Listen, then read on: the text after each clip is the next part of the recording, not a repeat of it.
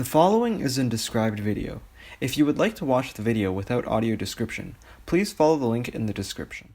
Fade from black to a shot of an ultra-thin, sleek silver MacBook. A good Ultrabook can cost up to $1,000, and a 2-in-1 convertible will cost even more. When it comes to used laptops and Windows tablets, there aren't many. A shot of an old Chinese tablet by an unknown brand is shown from the back. It reads Intel inside on the rear, but provides no additional details. Most of them use Intel Atom processors, which are way too slow for modern applications, and Surface devices retain their value surprisingly well. The screen then pans to the corner of a laptop which has the Chrome logo and Chrome text printed on it. Then, the intro sequence of Mobile Museum plays. It transitions to a thick laptop-looking device made by Dell, with a Mobile Museum label beside it. That doesn't leave us with too many other good options to choose from.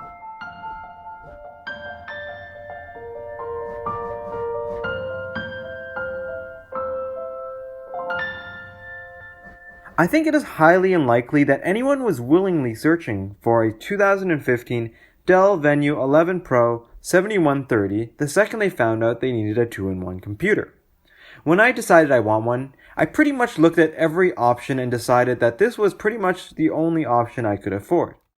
I bought this for $200 and it came with the tablet, keyboard, and a charger. It is revealed that the screen of the previously shown laptop is actually a tablet and the keyboard can be separated.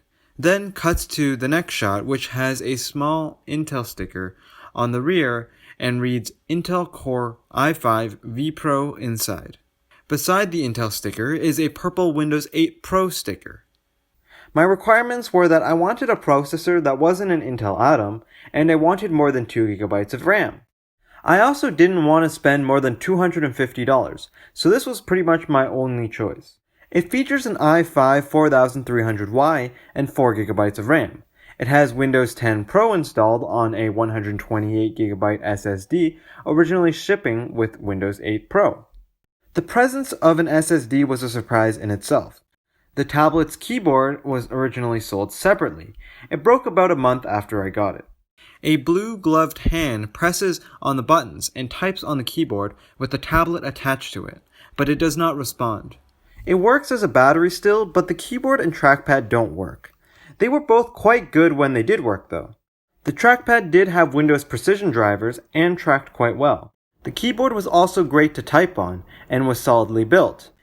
It had just enough weight to weigh the tablet down when docked, but the tilt angle was not nearly far enough. The camera shoots a side angle of the device as the gloved hands open the tablet.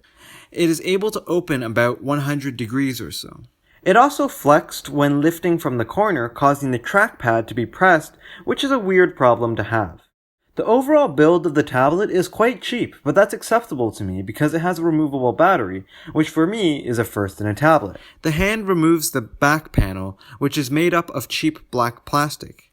It reveals a tablet with many components easily accessible for replacement. In the back, you'll find a SIM card slot, a removable wireless card, and a removable M.2 SSD, which just puts some modern computers to shame. The black cover is placed back on the tablet and cuts to a shot of the side of the tablet, which has various ports on either side of the device, as well as speakers on both sides. In terms of ports, it has a mini HDMI port, a full-size USB 3 port, a headphone jack, a micro USB port, a micro SD card slot, and a lock slot. All of those are really great to have.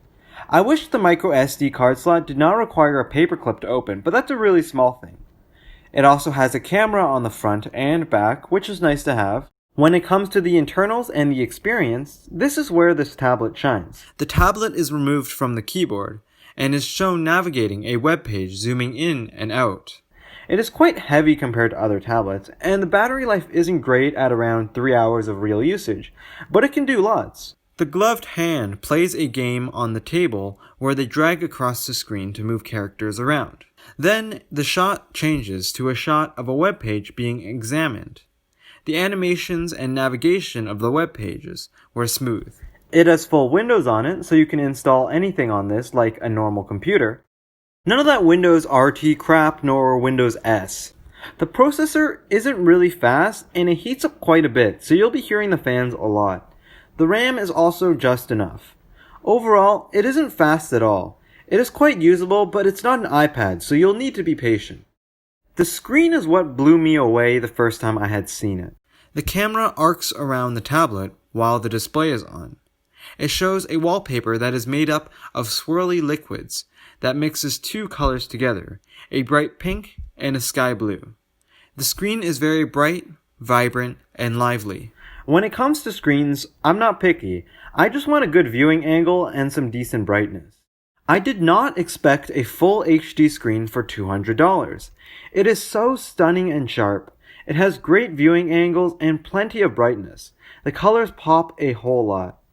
This screen makes the tablet look brand new. Combined with the graphics on the i5, all the animations look super smooth most of the time. I would recommend putting this tablet in tablet mode though, and using the Edge browser if you're using it without the keyboard, because it makes everything more touchscreen friendly and smooth.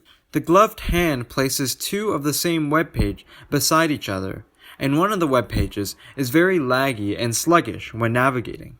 It also has stereo speakers, which are not bad. It overall makes a really great multimedia experience. A transition plays to a shot of the Mobile Museum label being placed on a table by the blue gloved hand. The tablet with the keyboard is placed beside the label on the table as well. Then it is opened. To be honest, I didn't really expect much from a Windows tablet for $200. I just wanted it to be decent enough to do some web browsing and light gaming. This tablet isn't the best and has plenty of problems such as its slow speed, loud fans, and poor battery life, but it makes up for it with a beautiful screen and I/O that is more than sufficient. If you are willing to be a little patient and you're really tight on a budget, I think this is probably one of the best devices you can get for $200. Fade to black. A transition plays leading to the end screen. It has two videos in the center that can be selected. It also has reminders to visit the description for links to the Instagram, website, and channel of Mobile Museum. If you enjoyed this video, take a look at my channel for more videos like this. We will be releasing a new video next week, so stay subscribed and stay tuned for it. See you next week. Fade to black.